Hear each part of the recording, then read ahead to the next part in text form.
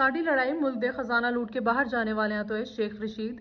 रावलपिंडी सरबराह पाकिस्तान अवामी मुस्लिम league ते साबिक वफाकी वजीर दाखिला शेख रशीद का कहना सी कि साड़ी लड़ाई मिलिटरी स्टैबलिशमेंट तो नहीं, मुल्क दे खजाना लूट के बाहर जाने वाले दे खिलाफ है।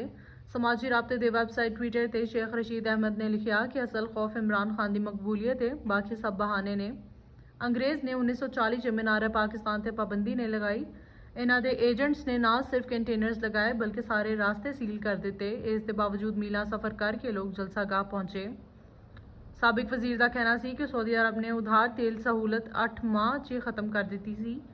UAE मुंह नहीं लगा रहा सी, शदीद मुआशी बहरान दरवाजे ते आ गया सी। जो है सोच रहे हैं कि असी सब ठीक कर लांगे, और मुल्क नूं खाना जंगी की तरफ लैके जा रहे हैं। इन्हों का कहना सी कि मुल्क के आइन दे नाल चलना है या बदमाशा दे नाल। इसका फैसला सुप्रीम कोर्ट ने करना है। कल सुप्रीम कोर्ट 'च पेश होवांगा।